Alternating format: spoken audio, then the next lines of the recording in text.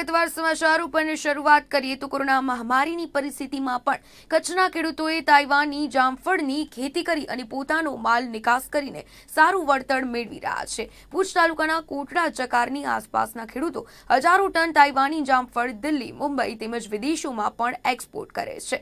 એટલું જ નહીં, ભારતથી 2 ગણા ભાવ મેળવીને દેશની હુંડિયામણ પણ રળી આપે છે। 1500 TDS ક્ષારવાળા પાણીમાં પણ સારો પાક ઉતારીને ખેડૂતો બાગાયતી પાકો મેળવી રહ્યા છે। જોઈએ વધુ માહિતી અમારા આ અહેવાલમાં। કચ્છના ખેડૂતો ઓછા સમયમાં ઓછી મહેનતે વધુ પાક મેળવી રહ્યા છે। ફક્ત એક જ વર્ષમાં આ ખેડૂતો તાઇવાની જામફળના રોપા ઉછેરીને ખેડૂતો પાક મેળવી રહ્યા છે।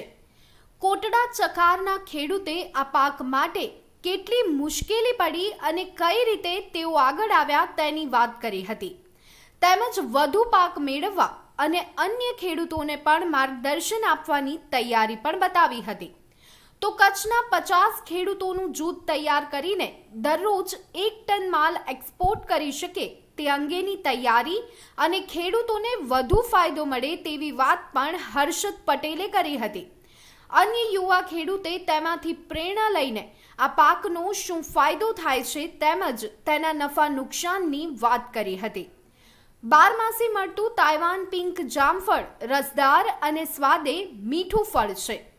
ખેડૂત ઓછા ખર્ચે વધુ પાક લઈ શકે, ઝડપી ફળ આવે, ઓછી જમીનમાં સારો પાક અને ઓછા મજૂરથી કામકાજ થઈ શકે છે તેવી વાત યુવા ખેડૂતે કરી હતી। અમદાવાદ, રાજકોટ, દિલ્હી, મુંબઈ અને સાઉથમાં પણ મોકલ્યા તો એના રેટ પણ બહુ સારા છે, ડિમાન્ડવાળી ક્વોલિટી છે। યુરોપની અંદર અમે અત્યારે ટ્રાય પૂરતા સમજી લો 2 ટન મોકલાવી દીધા છે, પાછા સમજી લો આ અઠવાડિયા પછી જ 4 ટન અમને મોકલવાના છે। તો અમારી એક એક્સપોર્ટની લાઈન પણ અમે ચાલુ કરી રહ્યા છીએ કે ખેડૂતો એક્સપોર્ટની અંદર તમારો 15-20% માલ જો એક્સપોર્ટમાં મોકલી શકે તો વિદેશી હુંડિયામણ પણ દેશની અંદર આવી શકે અને અહીંયાની માર્કેટ કરતાં સારા એવા આપને ભાવ પણ મળી શકે। અહીંયાથી એક્સપોર્ટવાળા છે એ ડબલ ભાવ આપે છે, તો એ પણ બેનિફિટ સારું એવું છે જામફળની અંદર। અત્યારે અહીંયા કેટલો ભાવ મળી રહ્યો છે આપણે? અત્યારે સમજી લેજો લોકલ માર્કેટની અંદર 50 થી 60 રૂપિયા મળી રહ્યા છે અને દિલ્હી અને મુંબઈની અંદર કાલની જ બજાર મેં પૂછ્યું તો ફાયદામાં તો તમે એનો જબરામાં જબરું અને મોટામાં મોટું નફાનો ફાયદાનો મેન કારણ એ છે કે ભાઈ આમાં કોઈ દવાઓ નથી જતી, એટલે ખેડૂતના જે પૈસા વ્યર્થ જાય છે અથવા અન્ય બાગાયતોમાં આપણે ફ્રૂટિંગ લેવા અથવા માલ લેવા માટે જેટલો આપણો ખર્ચો થાય છે એ આમાં નથી થતો। માલ આપણો દિલ્હી, મુંબઈ અને બીજા મહાનગરો ભારતના તેમજ એક્સપોર્ટ માર્કેટમાં જેમ કે જર્મની છે, અત્યારે 2 ટન માલ જર્મની મોકલેલો છે।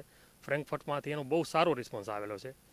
ફર્ધર એ લોકોને હજુ જરૂર છે પણ અત્યારે માલ પહેલું જ વર્ષ છે એટલે એટલો અત્યારે માલ નથી।